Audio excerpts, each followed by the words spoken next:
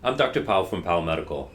There are some things in life that some people always seem to want more of, and this includes time, money, and for balding men, this includes more donor hair follicles. Unfortunately, not everybody is blessed with the perfect combination of minor stages of hair loss as well as nice thick donor density and good hair characteristics to yield amazing before and after results like this man here.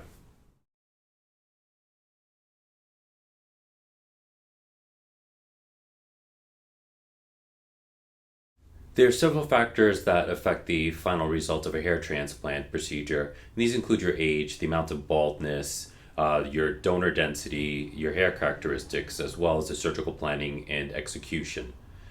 The purpose of this video is to illustrate the importance of discussing the expectations from a hair transplant, especially with guys who have more advanced hair loss. So let's take a look at some photos of a more challenging case. This man here has very advanced stages of baldness, and he has average donor density, so he's got a double whammy. It's impossible to give him the same density as the guy you saw in the photos just before. There's simply too much baldness and a limited number of hair follicles for coverage. So you can see here that he's got extensive loss of the frontal half of the scalp. He's got this bridge in the mid scalp that it's on its way out, and loss of hair in the vertex. On the side views, you can also see that he has a significant loss of hair in the temples as well as the anterior portions of the parietal hump. Because of the limitations of his donor density as well as the amount of real estate that needed to be covered, the strip procedure was the only option for this gentleman.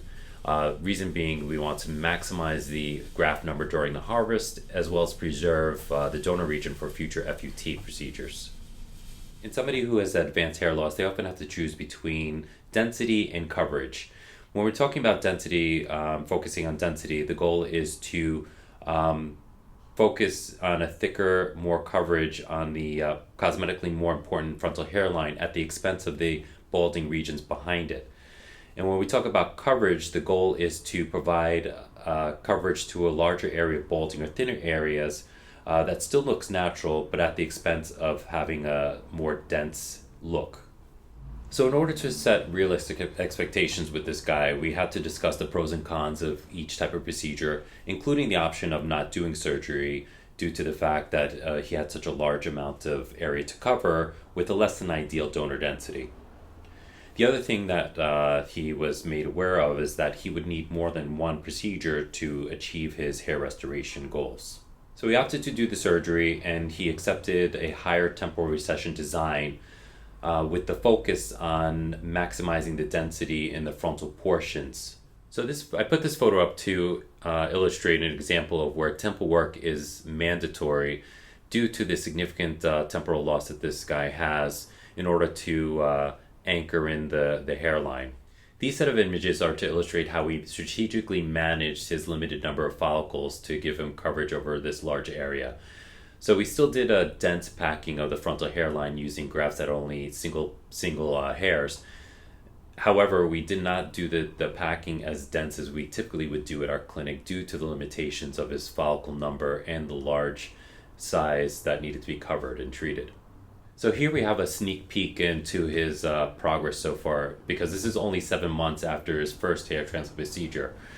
Even with this conservative hairline at this early stage, you could see that his appearance has markedly improved here. He definitely has a more defined hairline, giving him more of a frame to his upper face. And here's a before and after his left side. You can see what a dramatic difference this has made. He's got, again, more of a defined hairline, and this corner is closed off a little bit more. Although hair transplants can give amazing results to people dealing with hair thinning and hair loss, hair transplant surgery is not a miracle treatment. Nevertheless, even those with advanced stages of baldness as well as modest donor densities can have a hair transplant that yields significant cosmetic improvement to their appearance. Hair loss and the decision to do something about it is a uniquely individual situation, and guys considering hair transplant surgery need to understand what a hair transplant can and cannot do for their particular situation in order to avoid disappointment down the road. Well, I hope you found this video helpful. Please stay tuned for more videos in the future.